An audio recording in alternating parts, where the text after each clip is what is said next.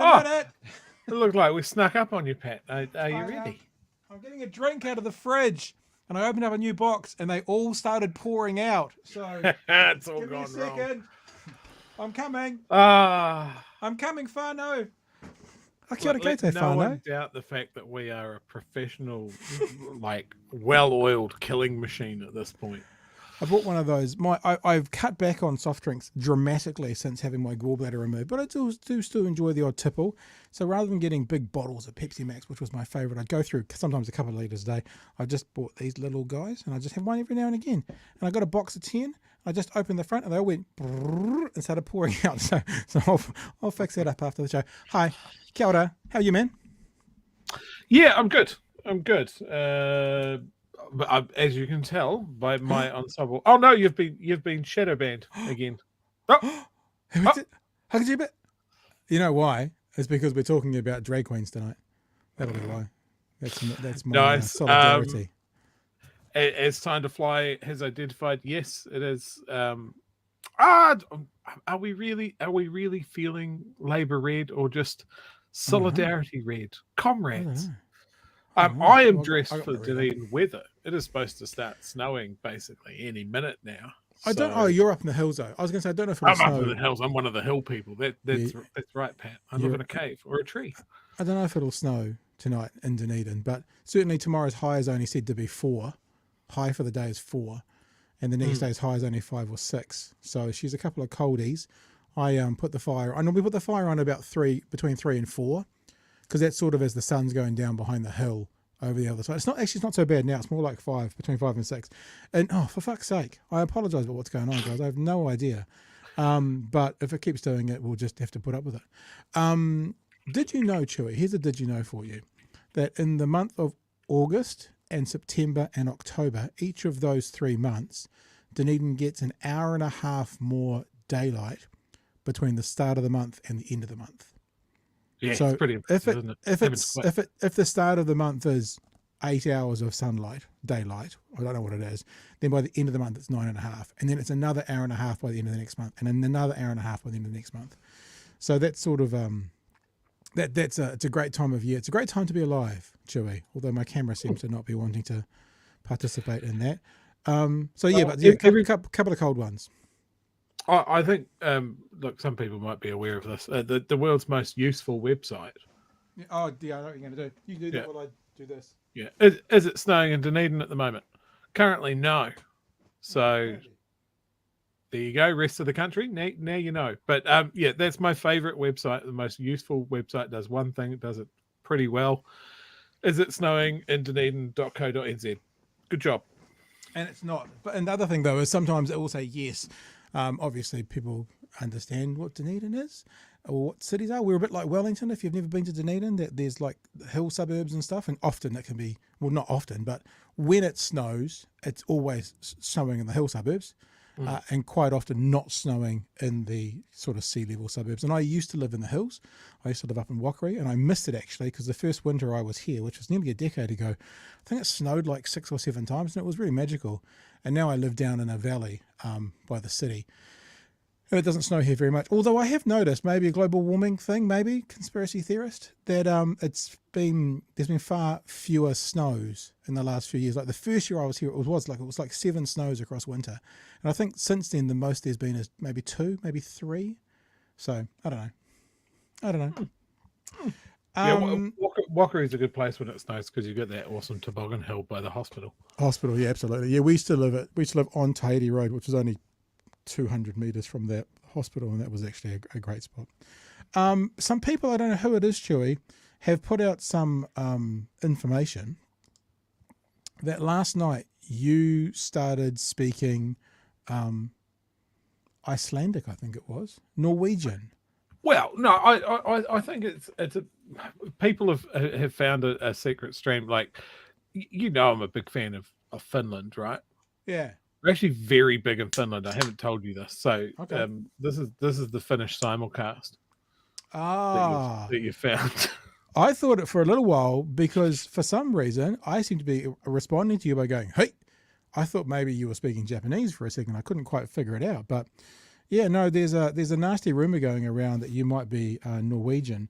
and speaking Norwegian. And I thought we'd better just show the folks to know what's going on. I'm do sure look they'll like a enjoy this. gnome tonight. You do look like a Norwegian.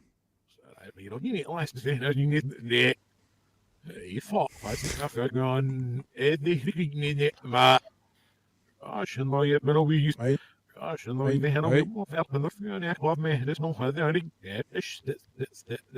Now laugh all you like. I'm making great points.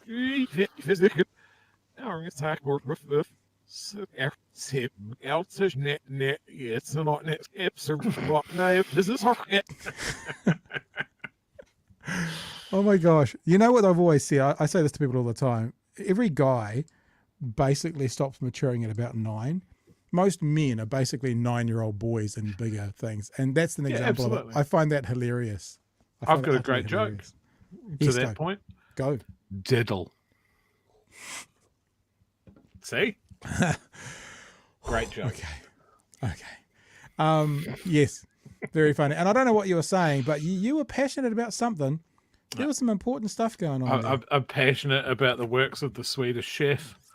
I'm passionate about the lifestyle of eating mushrooms and blueberries and swimming in a lake. Yeah, it's good. Want to say thanks to all our patrons. Love you guys being on board. Thanks very much. Gary at the bottom there of the patron list, Gary Childs, he went up from, I think, a coffee runner to a patron over the weekend. Kim joined on board. Simon Hadfield joined on board. And you guys help us, put a little bit of money in the coffers to help us pay for this program we're using. What I'd like to find is someone who wants to sponsor. I'd like to get Hootsuite. Hootsuite is a product. So we had our meeting in the weekend, right, Joe? You might have forgotten about it. We had our meetup in the weekend, and one of the suggestions that came from one of you lovely people was the videos that we do are really important, right? The clips that we do are really important, but we need to get the clips around to more people. Now, the clips going to more people should be on more platforms, TikTok, Instagram, YouTube, Twitter, maybe Twitch, I don't know, but as many as we can get. Let's be honest, Rumble, Telegram, they could be there as well. And the reality is, because I pretty much do all of the editing, well, I do all of the editing, it's not pretty much. I don't have time, I just don't have the time to get it on everything. But there is a program called Hootsuite, and Hootsuite is like a sharing platform that you can only put up one and share it to them all. There are other ones as well, and I'm currently playing with one I think called Social B, B-E-E. But ultimately, I'd like to get Hootsuite, and I'd like to be able to do it. And it's $150, $150 a month, Chewy. Or if you buy a whole year in advance, it's $99 a month. So it's big money. But you patrons are the people who enable us to do things like pay for this product that we're using to stream, and it's called Livestream. And that's, I think, $70 a month to have a membership for this. So, these are the things that you guys cover off. I mean, we probably need a few more, to be honest with you, if I was going to go and get Hootsuite, because 150, it's basically, $225 a month to have this one package to do it. Or, it's $1,200. What does it make? It makes 1,800 New Zealand dollars to get a full year subscription. So these are just the things that we do, and we do in the background that you guys don't know about. But because you're patrons and because you're already committed to what we're doing, we'll share with you, and we'll tell you what we're up to and what we're about. And they're the kinds of things that patrons help us do. Pay for things. We've said this before. I needed a new video card in my computer, which obviously is fairly essential for a video streaming content. That was $600. Thanks very much. Patrons helped us pay for that. And we go on, Chewy. Now, speaking of Gary. Oh, yeah. Look at that. Can you zoom in on the hoodie there? So we spoke to Gary in the weekend, and he was still, there we go. Got his hoodie. If the left vote, the left wins. Look at that, Gary. It's probably, no offense, I don't know. I'm not sure Gary's Twitter following, but 11 retweets is pretty good for a general person. If the left votes, the left wins. A black hoodie there. Now, next week we're going to do this month's drop, and I am going to bring back that top, and I think I'm going to do it in green with white text and red with black text. Right? Oh, so I see what you've done there. It's just that there's no meaning behind it. It's just coincidental if you think there's anything in it. So I will, for fuck's sake. I'm sorry. I don't know what's going on tonight. It is what it is, guys. We're going to have to just put up with it. Or I could leave and sure you could run the rest of the show. And so that's next month, as well as some BHN product as well. Probably just a black, seeing most of our colors are black and red, a black and red t-shirt and hoodie as well. I'm going to aim to get those up next Monday. merch shop, and they'll be up for 2 weeks. Anything that's BHN product, like actual BHN branded product, maybe I should just do this for the night. Should I just do this for the night? Yeah, I think your camera's doing a hate crime at the I moment. could just do this. Oh, hang on. Okay, or else I could switch to a different camera. That would look weird, but I could do it. I don't know what I'm doing. Anyway, anything that's BHS branded, like BHN hoodie, will be always there. But what we're going to do for up until the election is we're going to brand them with an OB on the back. OB is our version of OG, original gangster. We're going to do original beardy, and that just means anyone who buys one basically this year before the election in this time period, you'll know that you've got one of like the early editions, a first edition hoodie. And like all pyramid schemes, people that come after you will have to pay you money. Yeah, for sure. Don't hold us to that. That's not how it works. You're thinking someone else, not us. Yeah. I'm just doing something. You have to fill. Well, I'm going to fill, am I? The problem with this is if I change cameras, what's going to happen is this camera that I'm using is hooked to the microphone. That's how the system works. So I'll actually have to leave both cameras up. I apologize about that. That'll be a bit naff. And let me do this. Extra camera. Do I do that? Oh, it's Patception. That's a bit bizarre though, because now I've got to look at a screen in the wrong way, and I haven't got those lights on. I'm going to play a video now, and then I'm going to go turn the other lights on as well. Okay, let's get into it, shall we? See, the problem is if I take the other camera off, then actually this is what we'll do. We'll get that out of the way in case this thing cocks up again, but it's now in the background in case we need it. Hi guys, let's get into it. Kia ora whānau. Let's just touch very quickly on a story that continues on from something we talked about last night. It's a quickie for you, but it's we highlighted this story last night about David Seymour being interviewed on TV3, and we thought it was a pretty piss poor attempt by the interviewer, to be honest. There was a couple of good moments, but in general, David Seymour ran the conversation. And he's come out today talking about, this conversation, this interview was kind of head-butting and stuff. And, perhaps the interviewer was on drugs. Joking, not joking, whatever. Let me just read it to you. Speaking at a media stand-up this afternoon, ACT's health workforce policy in Auckland today, Seymour was asked about ACT's Free Press e-newsletter, which yesterday quoted feedback from Newshub Nation viewers who said Seymour owned Shepherd, that's the interviewer, during their interview on Saturday. Asked whether criticising the media was an election campaign strategy. We've sort of heard that somewhere, haven't we, Mr. Trump? Seymour laughed and said the commentary was directed at Shepherd. Yeah, we know, exactly. It was a pretty hefty swing at poor old Simon Shepherd, who tried to interview me on Saturday, rather haplessly, I have to say, he said. My suspicion is Simon misread the results of the cannabis referendum. He thought it was legal, blazed away the night before, and then tried to interview me. It didn't go well for him. Newshub has declined to comment, and attempts to contact Shepherd have been unsuccessful. Seymour told the Herald this afternoon he was indeed speaking in jest.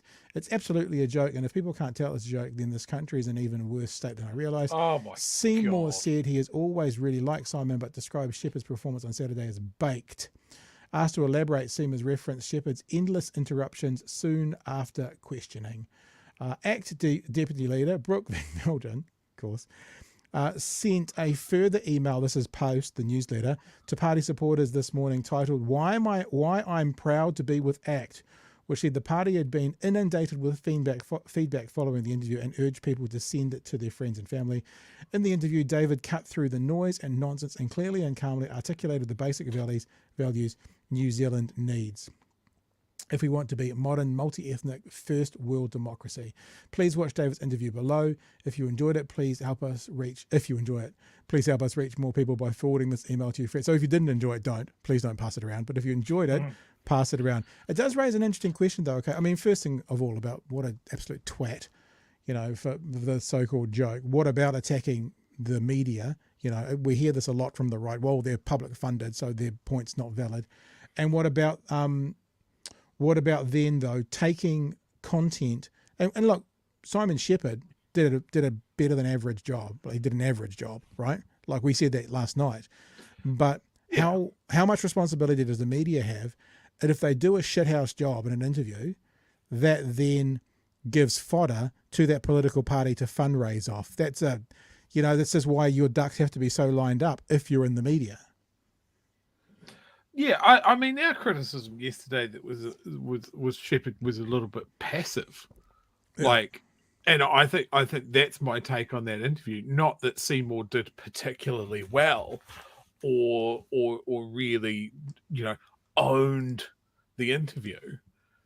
It was from a passive performance from the interviewer. Apart from that one example where Seymour had to reboot for a little bit. But in fairness to Shepherd, we watched about 3 minutes of probably what was a 12 to 15-minute interview. So there may have been some others in there as well. So fair with. But I actually think, and I said this last night, if it wasn't for, we said this last night, that people who weren't thick in the weeds of it would say that he eviscerated him, and that's basically what actors said. Actors came out saying David eviscerated him. So you can see they're pitching to the lowest common denominator, and it is actually. It did look like David Seymour controlled that interview, and Brooke Van Velden's explanation of calmly, he did do it because he did say very much monotone and calm, but this is, I put a tweet out today about why is the mainstream media not pushing back on the equality, equity, equalness thing. I can accept that Seymour wants to see things equal when it comes to race. I'll accept that as long as you make it equal for all of the protected groups. But if you're not going to make it equal for any of the other protected groups because you see need for it, then making it only equal based on race is not just dog whistling, but it's screaming from the rooftops to your alt-right white supremacist support base going, well, my 67-year-old father should get a pension, even though that's discrimination based on age, because they deserve it. But that Māori in Te Kuiti shouldn't get that because their medical intervention shouldn't be based on race. You know what I thought about last night? We didn't mention it as well. I'm sure what they're going to talk about as well often is the Māori Pacifica intake for med school. But you know what they never talk about? The spaces that are kept open for rural students for med school. Ever heard anyone from ACT talk about that? They never talk about, we should stop rural kids from getting into med school, having places reserved for them, but they will talk about Māori kids. Again, it's actually not the conversation around equity and making things even or level, which I don't agree with, but it's not that. It's only wanting that when it comes to race. That's the issue, Chewy. The thought that I had last night is it's all well and good to talk about equality, right? Everything has to be equal. It's funny how it just happens to be that it needs to be a European level of equal, right? Yeah. What Europeans deem level or equal. Like we're not talking, okay, let's make everything equal. Let's give everyone the same levels of service and consideration and treatment under the courts and schools that Māori get. Let's see what happens there. And I think when it comes to this sort of stuff, that people that get really uncomfortable with talking about European supremacy and all of that sort of thing, that's the fear in the back of their head. It's like, well, if I let this carry on, I'm going to get treated like these guys get treated. And I don't want that. It's like, they're kind of acknowledging the problem, but not really. They're not thinking that deep on it. It's probably a good time to get into this next story, which is ACT going to pull National further to the right. Now, that's sort of my paraphrase over a story off TVNZ News tonight. But before we do that, Gioia, just need to watch Parliament to see how Seymour has it all over Luxon and Q&A sessions. There's no way Luxon could stand up to him with respect to policies. If they get in, it will be a nightmare. Gioia. I'm going to go with Gioia. I would say that's Tell me Georgia. if that's pronunciation. Georgia? I would say that's closer to Georgia. The J, it depends if it's Spanish. The J is a yes sound. So, pronunciation guide, please. Thank you very much. Ms., Mrs., Mr., they, Townsend. Thank you very much. So let's have a look then, because this is the next part. It sort of flows on into this conversation we're having now, Chewy, purely about what's going to happen with the election, especially when you see pretty big differences in National and ACT should they form a government in some of the policies that they want to get through? National and ACT are looking like a viable option to form our next government, according to recent polls. But the parties' points of difference and contention are slowly coming under the microscope. Deputy Political Editor Mikey Sherman looks at the harmony and the headaches. Christopher Luxon hustling in Hamilton today, pitching for votes with every policy and every picture. Praying for divine... This is kind of hilarious, Chewy. Like, I don't even jump on people for speaking incorrectly, like, you know, making foible. I do it 10 times a show. But when you're the potential leader of the nation and you misspell the word cat, that's a pretty big faux pas. It's a pretty big one. You have a look. Intervention this election. We'll be a very constructive, stable, strong government. But National and likely coalition partner ACT don't always see eye to eye. For Sorry, I just made a mistake as well. That's the next story. It's still about them in schools, but it's the next story. example, ACT wants to scrap fees free. It hasn't increased participation in tertiary education. That's not our policy. I wonder if anything around COVID's got anything to do with that. Fees free. I just wonder. And while National... So here's a couple of examples. And now think about, should National be the biggest party and should they bring ACT in? ACT wants to get rid of fees free, which I believe is the first year of university or tertiary education free. National says that's not our policy, right? So just think who will win that battle should National need ACT as a coalition partner. would keep the new gun registry. It's $200 million. We can't afford it. Needs to be gone. So the gun registry, National would keep it, ACT would scrap it. Who's going to win that battle? In fact, David Seymour is promising $1 billion worth of cuts on day one alone of a National ACT government, which Labor believes presents a big risk. One of the things here is the Major Events Fund. That's the fund and the people who work there who've brought the FIFA Women's World Cup to us. Public service jobs would also shrink, including a 50% reduction at the Ministry for Business, Innovation and Employment. I mean, the idea that you're going to just cut 50% of jobs, the idea you can do that, like any good business would, and I'm sorry if some people hate this word, would bring in a consultancy, would bring in someone to look over the business and see where the gaps are. To make a pledge before an election that just half of you are going to be gone based on nothing is just such ridiculous policy. He might as well say half will be gone and the rest will be wearing purple. You know, like he might as well say something as ridiculous as that. Who knows if 50% going, well, I would suspect would turn it into an inoperable organisation. But to not even get in there and say, we're going to relook at all of the public service. We're going to reassess who and what we need. If we need more in some areas, we'll do that. If we can take them away from others, we'll do that as well. But just to go, 50% is going to go. It's like, what planet are you on? Yeah. Oh, maybe it's I'd sit there planet. And go, what does MBIE do? Where would you cut the jobs? Is it from the visa program? Is it, like there's so much rolled in MBIE. It's a massive sort of thing. But to sit there and go a 50% cut on day one is mental. And unfortunately, again, no one in the mainstream media going exactly what you said. What 50% is going to go? So half's going to go. What sectors of MBIE are you going to lose them from? No one's asked that question. He name checks 24 jobs for the New Zealand Space Agency. And he just basically goes, well, these guys aren't rocket scientists. What are they actually doing? Yeah, well, so he doesn't even know. We launch satellites in New Zealand. There's an enormously successful business that's launching satulites. And that's part of it. And he'll just cut that because there's a joke in there about them not being rocket scientists. I am a bit concerned that we're looking at David Seymour's O-face right now. But I don't know. Both of them actually, or it's the blind leading the blind, one or the other. Oh, very good, very good. See, that's why you get paid to stand up on stage. The blind leading the blind. Come on, people in the chat. That deserves a round of applause for Chewy. That was a real joke. That was like a real, properly formulated joke. The blind leading the blind. Well done, sir. The ACT Party says they should be gone. If we put out that kind of poorly thought through policy, we would get slaughtered for it. Christopher Luxon refusing to reveal how far a government he leads would go. Not going to get into any of that. We'll deal with that in the coalition arrangements. No, that's actually that's a fair response because they're not going to. right? However, we have to, being the voting public, go, where do we think it's going to go, and how does that impact a vote? Now, for those of you and me, Chewy, it probably doesn't impact it at all, because that's not where we've identified we're going to put our votes.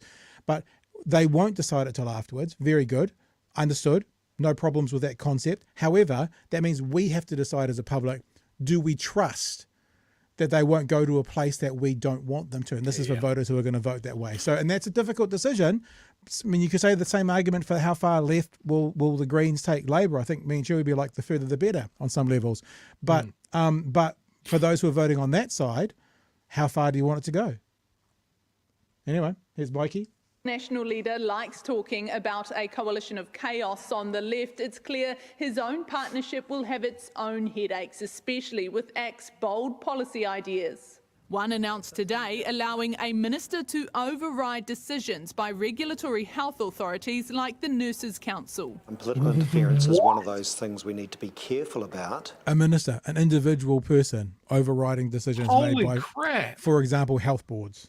And ensure that that isn't interfering with the maintenance of appropriate healthcare standards in New Zealand. It is political interference. It's on behalf of patients who don't have enough doctors because the restrictions are unreasonable. So again, I'll say this again, I said this last night, when the right want to do things like, he's just admitted to being political interference, when the right want to do political interference, it's for a good reason. When the left do political interference, they should be before a select committee up on charges. So he's admitted that this is political interference, but he's saying, but there's good reason for it. And this is David Seymour to a T. You know, we talked earlier about some of those protected classes under the Human Rights Act getting special privileges, and he said to us in an interview, because they deserve that. But when it comes to issues of race, he goes, well, they don't deserve that. So what you're going to have is people like David Seymour being the gatekeepers to deciding what is okay to do and not okay to do. Bringing in more bureaucracy by Luxon is okay when Luxon does it. More bureaucracy by Labour needs to be smashed and all those jobs need to be taken away. Political interference by the left, I can just see David Seymour calling a special session of council, or not of council, but of government to sort that out in the chamber. But he's admitting to political interference by ACT because it's for the right reasons. And this is why people have to decide, it's the character of the people in politics that you have to actually decide on to make these decisions. I know people are like, it doesn't matter who they are. I think it does matter who they are. And when they say, when I interfere in politics is okay, when you interfere in politics, we're going to have a select committee about that. It's really concerning. It's undemocratic, and it's this, that, and all the other things. It's a disaster. It's an absolute it's watching all the pieces fall into place for a massive train wreck. We're not at the train wreck yet, but we're getting all the signals that it's going to be fucking bad. Yeah, it's a concern. It really is a genuine concern. But look. Listen, baby birds, I'll feed you tonight with something a bit of fun as well. So at the second half of the show, which, you know, our second half of our 1 hour show is in about 15 minutes at the 45-minute stage. That's the second half of our 1 hour show. I've got a fantastic story for you that you're going to love to bits. And if you've read the write-up for this one, you already know what it is, but I'll give you the details. There's a lot of... the Christian music scene in America is very conservative, and the Christian kind of political world in America is very sort of anti-LGBT, anti-drag queen. Well, there's a fantastic story out of America, which we'll do after the next one, with a drag queen having the #1 album on the Christian music charts in America. You will love it. And if you're feeling down at all about politics and about what we're talking about tonight, stick with us. It's almost as good as a bucket full of sloths. It's up there. It's up there. Anything in the chat, Chewy, we want to get to before we move on to our next story about Christopher Luxon telling parents to get cell phones out of their kids' hands? Well, I before we do that, I just want to touch base on a very good thread, just touching on, please, Axe cutting 3,000 jobs out of MBIE. So Craig Rennie here is just covering off that he make $100 billion worth of savings on day one. Cutting people, reduce staff at MBIE by up to 50%. That's around 3,000 full-time employees. That sort of change is very expensive to deliver. Yep. But there's no reason given by ACT for that percentage. It seems to be a political choice rather than an evidence-based one. And I would agree. We keep coming back to this with ACT. All of these things are ideological. They're not backed up by numbers or reasons. You know, Craig here points out that MBIE is also responsible for the immigration system. It's the biggest part of MBIE. We have record immigration now, and we're actively seeking more people for hard-to-fill roles, as ACT saying that it cut staffing in immigration and visa processing. ACT is also target Kanoa, the regional economic development unit, for closure without signalling any kind of replacement. Are they saying that provincial New Zealand doesn't need new jobs or economic development? Yeah. Turn down our long-term underinvestment in skills and vocational training without replacement. Get rid of fair pay agreements. Yeah, it's ideological. They want to kick over a tower that they don't agree with. Yeah. With, I think, very little understanding of what's going to happen. I think that's a very good way of saying it, that they're all building towers, right? I mean, let's be honest, the left builds towers, but what ACT is doing, I mean, maybe they all do it, but it's it seems very blatant to me on the right, is they're kicking over towers and saying those towers shouldn't exist whilst they're building identical towers themselves. That's the thing. I don't think there's any problem with kicking over their towers if you're doing the opposite. But if you're adding bureaucracy and the tower you're kicking over is we have to have less bureaucracy, that's the problem I have. If you've got a genuine idea saying we have to have less bureaucracy over there and you're not building a bureaucratic tower yourself, at least you're consistent. I may disagree with you, but at least you're fucking consistent. And I've just written down on my page here, get Craig Rennie on. I'll send some emails tomorrow. Yeah, absolutely. Eh? Yeah, he's batting 100 at the moment. Speaking of getting people on, nobody tell Karen Plunkett. It's a secret. Shh. Okay? Nobody say. No, nobody tell Karen. Secret time. Because we don't want to upset her. Rafe Manji's coming on Thursday Night Live to talk to you guys. And we've asked him, and he's agreed. We don't have to call him at a weird time of the day and ambush him. It's strange how that works. Even though I do have his phone number, and we could call him right now and just start shouting at him, but we're not gonna. Rafe is joining us on Thursday night at 9 o'clock. He wants to join live, so you guys will be able to jump in there. Remember, Thursday night, we often open up the Discord as well. So if Rafe's up for it, we might let you talk directly to him. If not, we'll have Rafe on, and then you guys can talk to us losers. Yeah, even if you think of some good questions, flick us a message on Facebook or tag one of us on Twitter or Mastodon or something, and we'll see if there's some good stuff to put to him. Speaking of Karen, what I realized today when I was editing and I looked back at the clip and stuff, what I realized, it's actually a similar idea around what we're talking about to do with ACT, that the vibes put out by Karen around Rafe not going on were so entitled. You must come on my show. How dare you say no to me? Of course you should be. If you went on ZB, you have to come on this platform. Because we're the same. We're equivalent. But at the same time, all he does is bitch and moan about entitled people.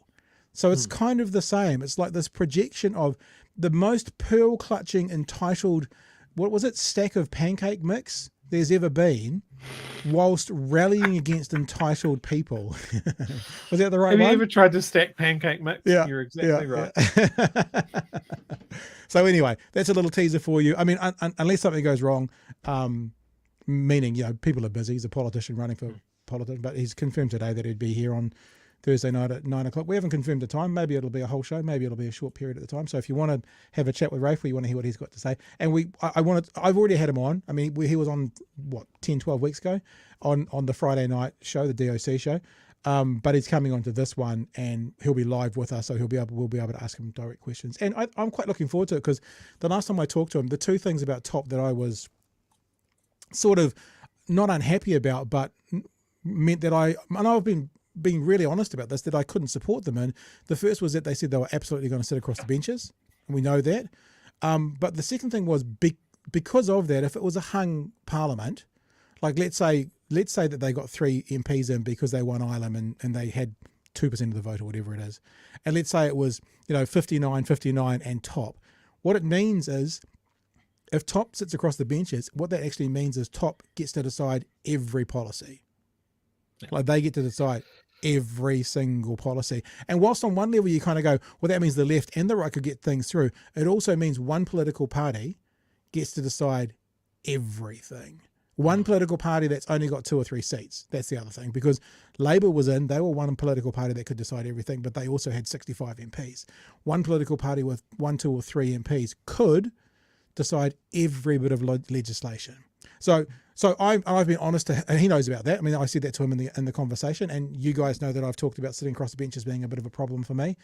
So I'm really looking forward to getting back in touch with them maybe 3 months later and see if they've changed anything or if they've thought about that and where they sit on that now, and it'll be a great chat, I'm sure. I personally think Top's best chance is if the New Zealand poll subreddit counts as an electorate seat. They should win that. Yeah. They love Top on Reddit. There's some kind of joke formulating in my head about Plunkett being a bottom, seeing Top said no to him or something. But I don't like that. I'm not quite there. No. Yeah. We're going to move on to the latest Party of Freedom wanting to bring in bans. I am saying that slightly tongue in cheek because I'll tell you what, there'll be lots of parents who will support this move. I promise you that's the case. Before we do though, is there anything we need to get in the chat before we move away from it? There is one particular. Oh, where's it gone? Where's it gone? Gary here says Ref should call Karen while he's on our show and tell him who he's talking to. Oh, okay. Everyone should now, don't keep this a secret anymore. Everyone should text Karen and ask Karen if he's got any questions for Rafe and tell him that we'll ask him on Thursday night. So Karen can ask and then we question won't as a joke. Oh, no, we'll definitely do it. So if all of you want to text Karen and say, or message Karen and say, Pat and Chewy wanted to know, do you have any questions for Rafe? He's going to come on Thursday night. All right. The Party of Freedom, the party of less insertion in our lives. This is the thing, right?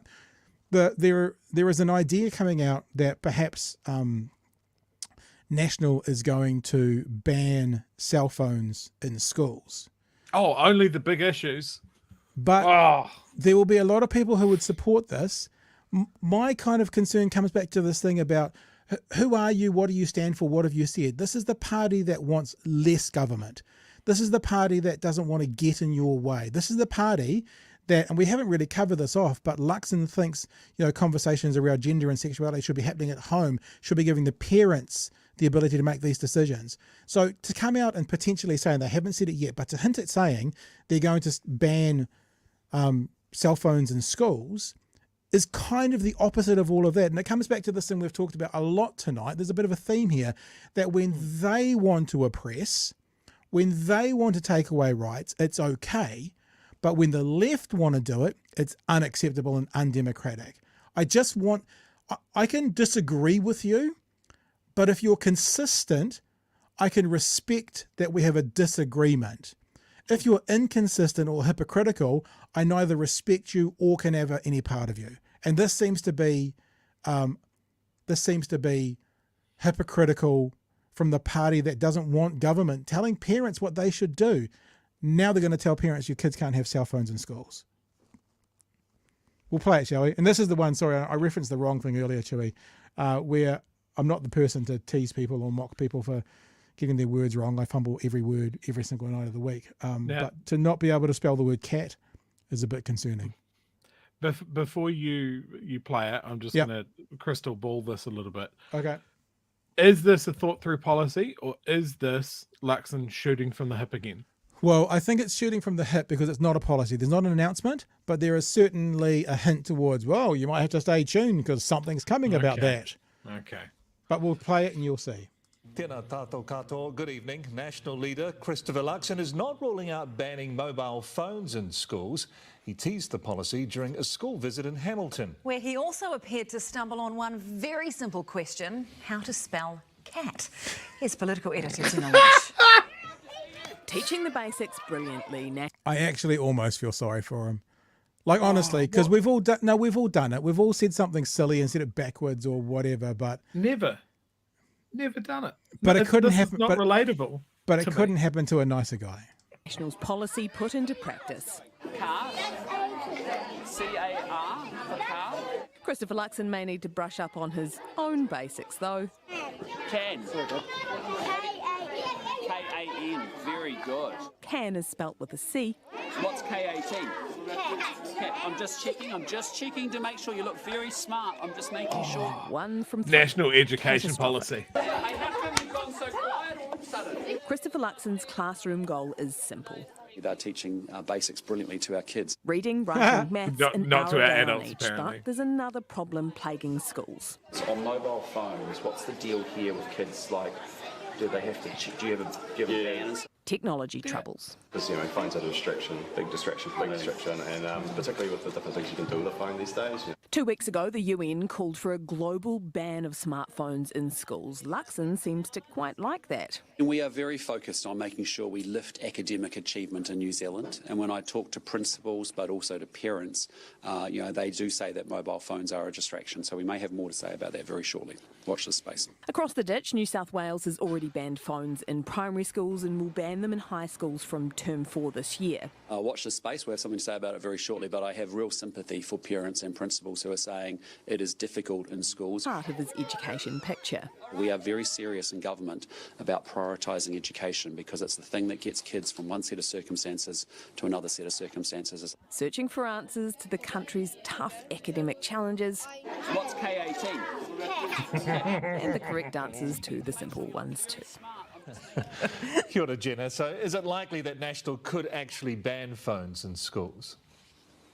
Yes, it sounds like Christopher Luxon has let the misspelled cat out of the bag on this one. I'm hearing that a policy could be announced as soon as tomorrow, though the party is not confirming anything. This is good retail politics. Parents think this is a major problem. There are a multitude of studies showing that these things are a distraction, exacerbated by the multitude of things that you can do on them. At the moment, schools are choosing school by school what to do about phones. The government is leaving them to it. And I've just received a very strongly worded statement through from the Education Minister on this. She says that introducing a government-ordered ban is unnecessary and shows a lack of understanding of how schools operate in New Zealand, going on to say introducing a ban of this kind would undermine schools who are best placed to make this decision, as it needs to be made on a case-by-case basis to take into account learners who may need phones for accessibility reasons. So, solid fail grade from the Education Minister on this potential policy. Political Editor General. So there you go. And look, I'll be honest with you. I've got a 14-year-old in her first year of secondary school and a 17-year-old in her last. I don't hate the idea of less phone usage at school. So I'll make this really clear. That idea I don't hate. My problem is still the party that says on some level stay out of parental decisions being the party to do this. And look, there are people who are agreeing with it. Let's get real. Phones in schools are a distraction. How do I know? Teachers and the nightmare stories. There was another one here from Brent. As a teacher, I'm keen on cell phone bans at schools, but I think schools should implement themselves rather than government mandating. NZ Doom says it plays to the darn kids these days attitude, leaves parents and schools to sort out the how to and gives them another day to resit. But the other thing is there are things that happen in classrooms, and perhaps that's what the Education Minister is talking about. I know my kids do it, where actually their timetables are on their phones. They do things inside the class to do with education on their phones. So it's not quite as simple as just a straight ban, because there are some things that the kids in secondary schools use their phones for inside the education sector as well. It's sort of begun, I think, because the education sector went, we can't get rid of these things. We better intertwine them. And they sort of have. So I don't hate the idea of less phones in schools, less usage of phones in schools. I do have a problem with what feels hypocritical for the parties of freedom to be at the parties to say, yeah, we're gonna mandate. We know how much National hates the word mandate that in schools, and also then the party that you're going to have to partner with further to the right, who claims to be the Libertarian Party, how the fuck are they going to vote for this? Unless that's hypocrisy as well, Chewy. Yeah, look, as someone that sells cell phones, this is attacking my bread and butter. But no, look, it's we're in the run up to a really important election. By Nationals' take, the entire country is on the bones of its ass, an inch away from disaster. And during a photo op in a school, he's talking about banning cell phones. Is it a problem that the government needs to get involved in? No. Is this something that schools are quite capable of doing on their own? Yes. Because if schools can mandate a uniform, a hairstyle, what sort of shoes to wear, like so much is policed at school just based on the school's individual approach to things. I think having the government come in roughshod and go, oh, we're just banning cell phones with absolutely no consideration of any of the angles. Watch this space, though. We're going to fucking thrash something out because I've said something in front of a camera. I think we have to be careful, though, and this is only because I believe in consistency, is that, people group X, right? In this instance, we're talking about schools. If something needs to be done and they refuse to do it, then you do want governments to come in and sort it out for them. If this is a serious problem, as the World Health Authority is saying, or the UN is saying, whichever one it was, and it would be better for them not to be in there, and we leave it up to schools and they don't do it, then what? I think as someone who sits where I sit in politics, I'm like, if the people can't look after themselves, whether they choose not to or they can't, then that's sort of the role of government. So I'm treading carefully here because I don't want to make it seem like I'm anti this idea of, I mean, I've got, like I said, I've got a 14-year-old and a 17-year-old, and I can see what phones do. I can see the distraction that they are, right? I'm just reiterating the idea of the party that wants government out of family decisions, making a decision that would be sweeping and massive to a lot of families. That's the thing I'm looking at right here. Yeah, it seems like, as I said, as soon as we talk about what this story was, I was like, this will be Luxon shooting from the hip again, with and like months out from the election, that we don't want shoot from the hip. Yeah, we want actual considered policy on stuff that actually matters, and this misses on at least two of those things. Yeah. Like they seem to think that teachers aren't capable of doing this, and schools aren't capable of doing this. Schools aren't capable of teaching sex education correctly, but parents are, which is something that has never been true. I was talking to some friends of mine about this. This is bringing in the other issue of Nicola Willis and Luxon both saying that the only people that should be able to teach sexual health stuff is parents, and it should be out of the schools because it's just reading, writing, and arithmetic. I asked the question, if you relied on your parents to tell you stuff about sex and reproduction and being safe and all of that sort of stuff, when would you have learned it? Yeah. And 27. do you know what the overwhelming answer? I asked about 15 different people over the last couple of days. Yeah. And the overwhelming answer was too late. Yeah. That's when I would have learned it. Too late. It's the schools have been covering this off perfectly well for decades.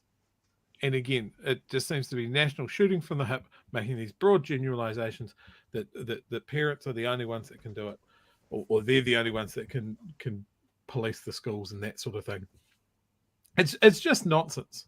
I'm not debating that phones can be a distraction. I'm not debating that can be bullying issues with phones and that sort of thing. But it's just focusing on the negative rather than the utility that they have as well. I agree with you. People to use the tools of the world that they exist in. So there's the gap, right? Because schools aren't doing that. So schools aren't teaching the skills and to how to use them. But look, the other thing is, but they can't, because it's just got to be reading, writing, and arithmetic. Yeah, well, that's the other thing. People laugh about a course like media studies, right? What an airy-fairy subject that is. Well, media studies can cover critical thought with the media, analyzing news sources that are given to you, how people can twist a narrative. All of this is really important stuff, but it just gets written off. And it could be the same with digital safety. So I'll tell you what I think they'll do, right? They'll do something that makes them sound like they're into it, but they will do very little. They'll do something like they'll ban smartphones in primary schools, and actually that'll affect 3/5 of fuck all. It really won't affect anything. Or else they'll say, if smartphones go to primary schools, they have to be in a lockup in the office during the day.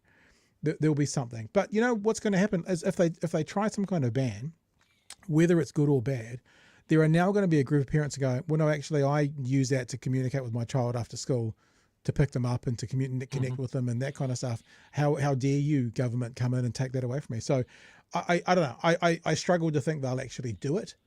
But I guess wait and see. Let's wait and see. Yeah. All right. I love actually all the people who are coming in. We started a bunch of them talking about our K words. Because really they're all talking about the t-shirts. They're all talking about t-shirts. What about this one? and we're doing them next week. Maybe we've just found ourselves a new t-shirt. So maybe what you guys can do for kiddies. How about this one? Shouldn't it be Yes We Ku Klux Klan? Ku Klux Klan? Maybe that should be it. That's ACT. Yeah. Oh, okay. Sorry. I love cats. Yeah, just Luxon like drawing a badly rendered cat in crayon. I wonder. Bright people, clever people. Luxon is a superpower looking uncomfortable in any environment, regardless of the situation or audience. It might be a different story in a church. Okay. A ban like this needs to be done at school level. Schools need to have their own robust policies around it. Retail politics, simply vote buying. Yeah, I've noticed this term retail politics creeping in and I hate it. Yeah. I really hate it. So here's a policy. It's now 25% off. End of season clearance. Yeah. Okay. Let's move on, shall we? Because now we're getting to our... I promised you all. I promised you I'd feed you. Promise you we'd have something fun at the end. So here is an American conservative pastor. Not like the yummy pasta with chicken penne sort of thing, but as in the guy who runs a church. See this dude here with the almost better hair than Donald Trump? His name is Sean Feucht. Sean Feucht. There you go. That's the guy we're talking about. Well, I don't care for it. Don't care for it. He hasn't got very good... Is it called bangs when they have the thing that goes... Anyway. So this is him. He's a conservative, MAGA-loving Christian He's just pastor. another guy that looks like that his hair doesn't belong to him. He came out and he said, if you're wondering... I'll explain some of this terminology to people so they know. If you're wondering the end goal of deconstruction movement in the church, will look no further than former worship leader Derek Webb's new collaboration with a drag queen. Now, deconstruction is something within the church world, and if you follow our page, there is see this one here, this episode 243 here, with David Hayward. He's the Naked Pastor. He is a guy who talks about deconstruction, and just really, really simply, it's people deconstructing their beliefs, right?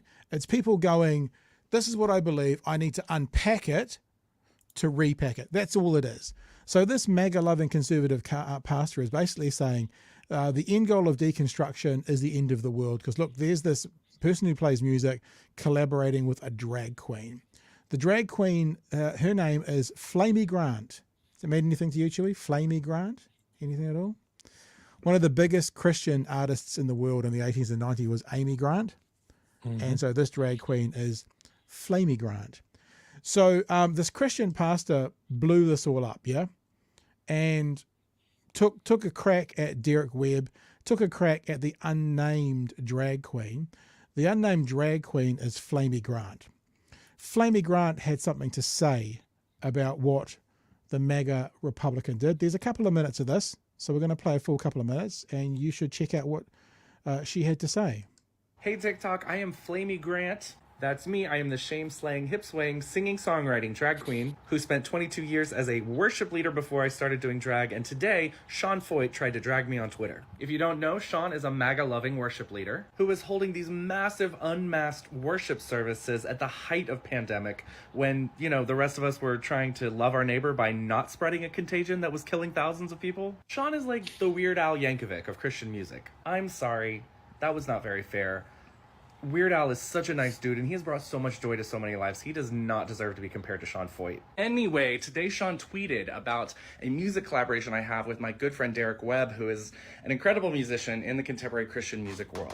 He said, if you're wondering what the end goal of the deconstruction movement is in the church... Now, let me say as well, Flamey Grant is still calls themselves a Christian. Goes to a church. It's I guess what we call a progressive church. So it's still someone who digs on God, but from a different position than I guess they were raised with, and certainly a different position from what we see most of the time in our televisions and stuff, from the conservative position. So think about this person still being someone in that faith world, but coming at it from a more loving, accepting, progressive way, right? So the music that this person is writing, Flamey Grant, is actually music for the church, but as a drag queen, right? We'll keep going. Church, then look no further than former worship leader Derek Webb's new collab with a drag queen. These are truly the last days. Side note, Derek was never a worship leader. I was, though. Of course, I am a drag queen, so I'm not going to just roll over when someone comes for me on Twitter, right? So I said, end goal, baby, we're just getting started. To which Sean replied, well, good for us. Hardly anyone listens or cares what you do. Hurtful. To be fair, all of this happened on Twitter, which is my least favorite social media network. I don't put a lot of effort into it, so I've only got 600 followers over there. But Sean does not know about the 77,000 of you who follow me here on TikTok, which got me thinking, what if more people did know that there was a worship song written by a drag queen?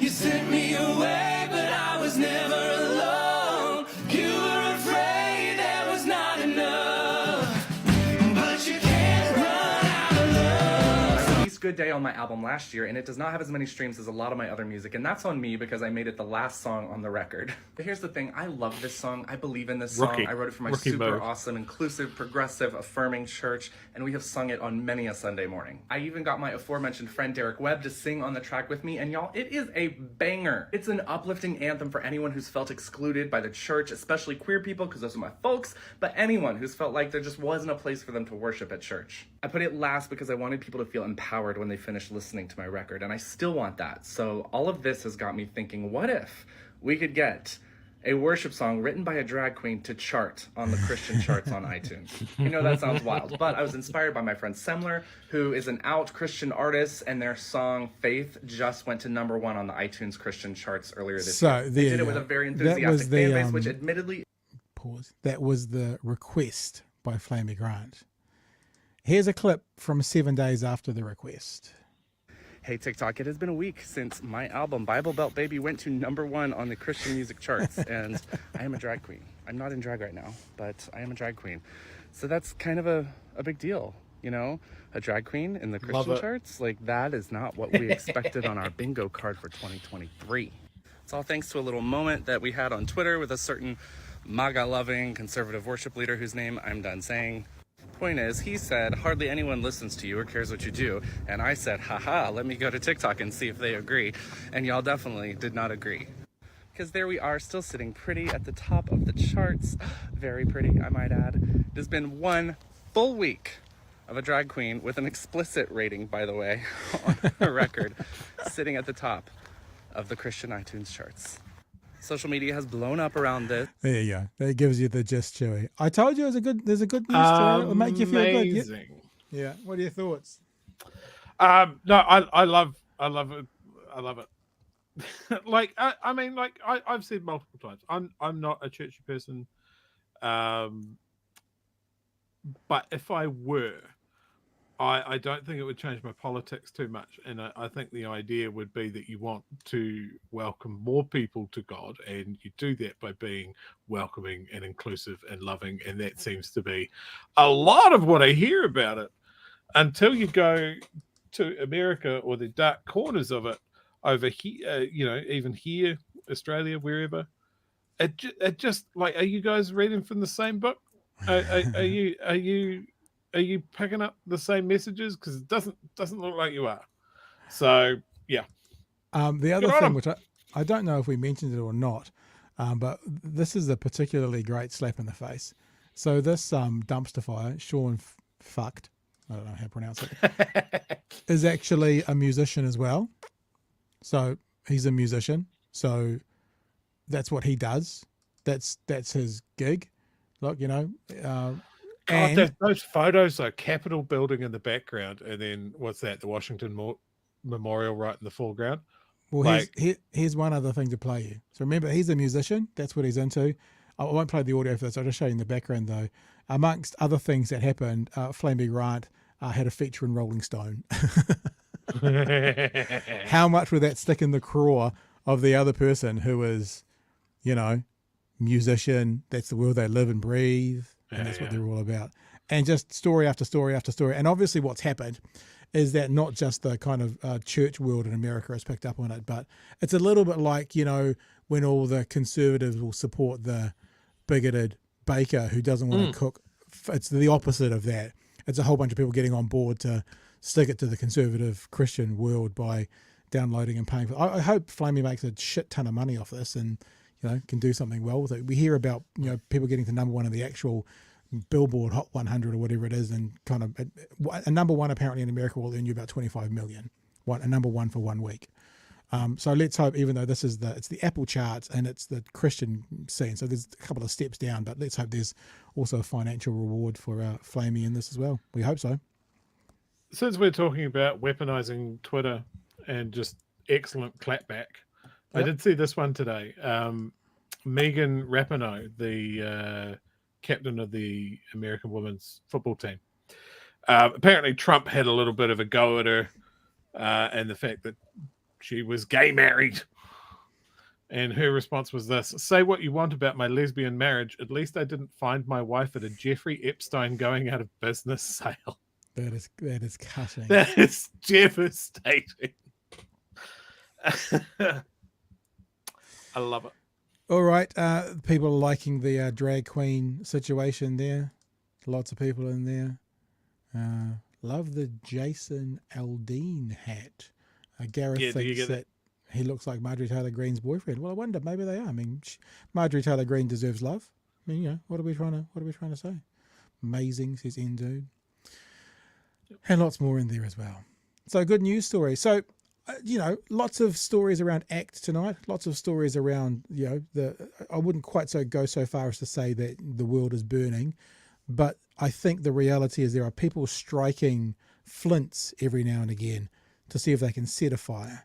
I don't think that is happening yet. I mean, when we saw America go Trump in whatever it was, 2016, I think lots of those flints caught fire.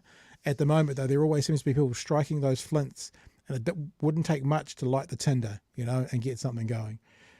And I think that tonight's episode has been hopefully highlighting a lot of the things to look out for. This idea that, remember, after the election, especially if you're someone who doesn't vote where we vote, you vote on the other side, you are deciding if you want to basically put in the hands of David Seymour how far right the country goes. Because without David Seymour, National doesn't get there. And respectfully to Winston Peters, I don't think he'll be there, but even if he is, he'll be there at 5.01%, and I don't think there'll be enough for National and New Zealand First to get there. I'm not saying actually it'll be any better, although we do know Winston is a lot of, what did I hear someone say the other day? Something like all cowboy hat and no horse or something, all bite, no bark. All hat, no trousers. He does he makes a lot of noise, but other than the wine box in the 1980s, he's a pretty ineffective MP. He doesn't do much. Whereas I think Seymour, and we've already been told by, maybe it was Simon Wilson, but certainly some commentators, suggest he might want to try and be Minister of Education. Put that in your pipe and smoke it. Jesus. Yeah, but if not, Minister of Finance, Deputy Prime Minister. Deputy Prime Minister would mean that if Luxon was Prime Minister and he was away, that means David Seymour is the acting Prime Minister. Imagine that. It'd be like parents leaving the house and the kid having a party, leaving him in charge. Ugh. I think for me the contrast with all of these policy announcements and discussions that National and ACT have made and that we've been talking about tonight, I just want to contrast that with another policy that the Greens have announced today. Yep, today. Yep, cool. Free dental health care. Oh yeah, well, that was in the weekend. Funded by their wealth tax again. Yep. That is something that will benefit a huge swathe of the population. Yep. I think we can all realize that we don't go to the dentist often enough because of the expense or the fear of the expense. And a lot of Kiwis have absolute shocking teeth. So yeah, again, are we benefiting, a large portion of the country with a policy again? Yes. Why are we parading out stories that go National and ACT in the pipeline to lead to win the election? It's depressing. Yeah, I think it's a great idea. And other policies are like the tax-free on the first $15,000. That's one of those policies that would benefit every single person in New Zealand, but those down the bottom earning less, it would benefit proportionally more. So, yeah. All right. You want to have a look at the chat? I just think there's one more thing we need to make sure people are aware of before we go.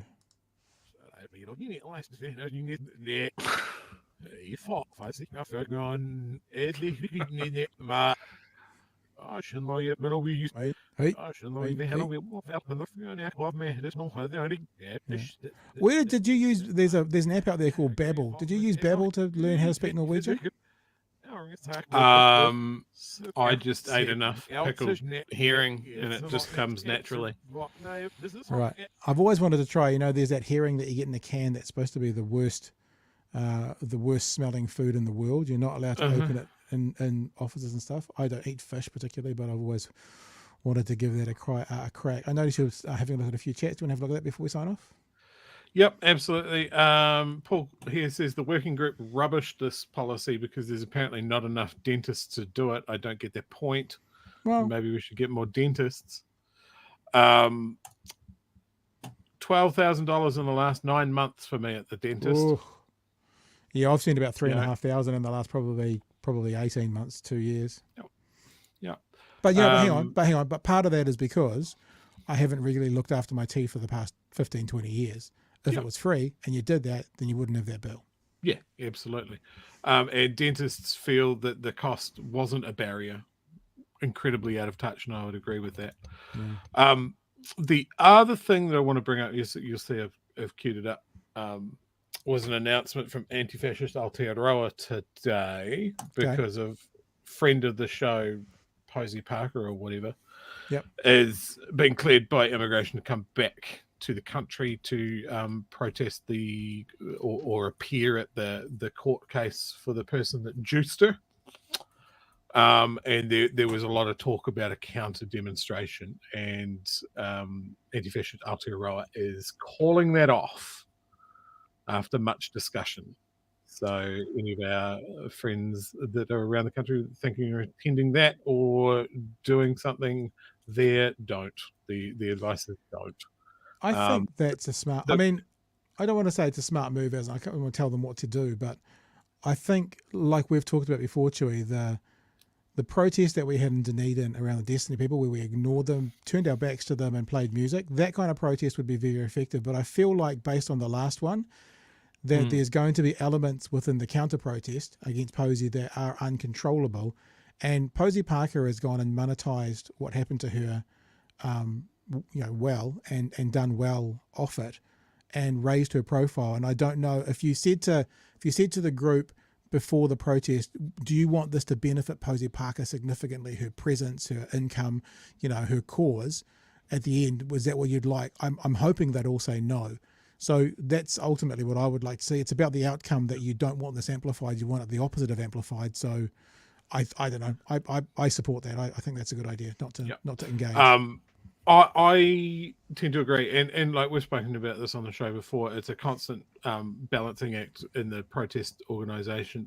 Protests, deciding to do a protest or not, is you're balancing standing up and fighting for something at the expense of bringing them more attention, and possibly if they're looking to start something, to play into their hands. And I think that's the decision that they have made here, and I would agree it's the right one. I'm sure there's a lot of people that would love to stand up to her, but they did that last time and they did that pretty well. Let him kick rocks this time, I think, is a good move. It'll be interesting to see if the media gives her any attention, because again, respectfully, I think one of the reasons the attention happened last time was because of the conflict, and if there's I think no there reason will be for conflict, coverage. will there be coverage? But what will they be going to cover? Because remember, these are the same groups that have just, turned down money from Family First for doing a "What is a Woman" campaign. So if they're turning it down, are they really going to want to amplify the voices? I don't know. The other thing though, and I was just looking for the flyer, I can't find it. Have you heard who's going to be in town on Sunday? Dunedin.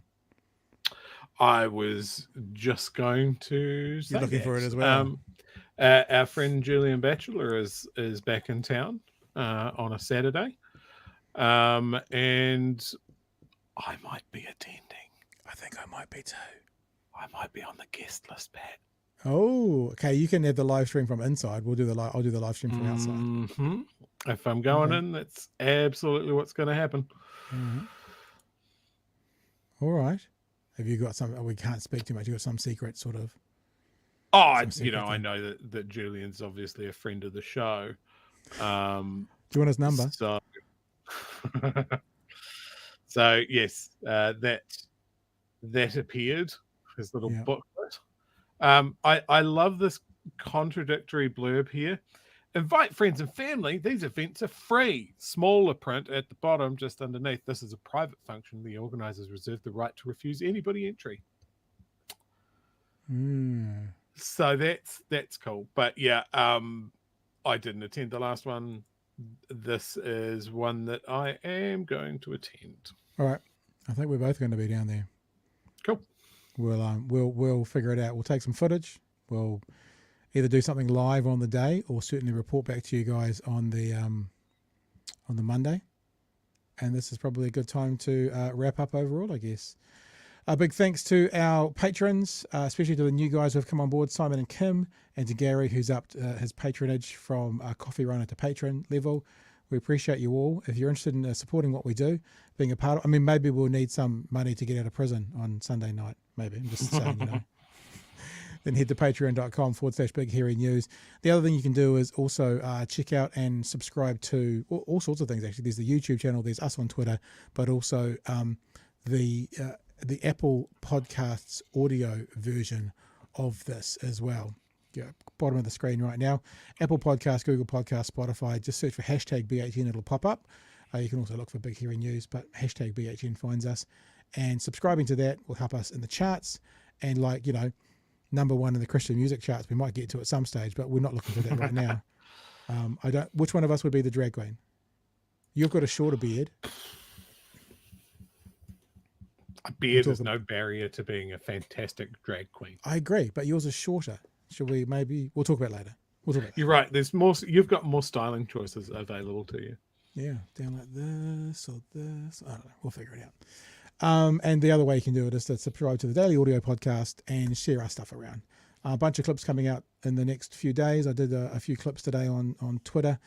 I'm also going to have a look at the conversation last night about Karen. There'll be some clips about her coming out as well, and also what we've been talking about tonight. So they all come out on Twitter and other platforms as well.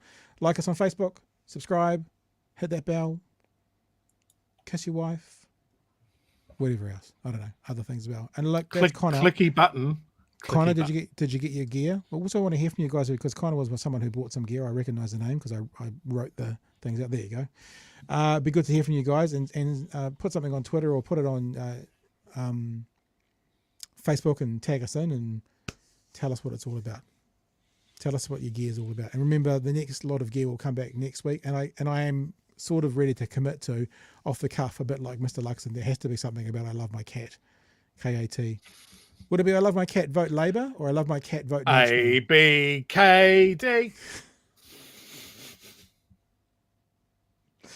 That's quite good National as well. Standards in Education, ABKD. I'm liking this. That's a pretty good one. I almost think we need to get them out more quickly. All right, guys. Planner, I'll give you a call. Are we going to see you there, Planner? We're going to see you down there? Come say good day. All right, I will keep that. People have got ideas. Message me. I like ABK. That's good as well. ABKD.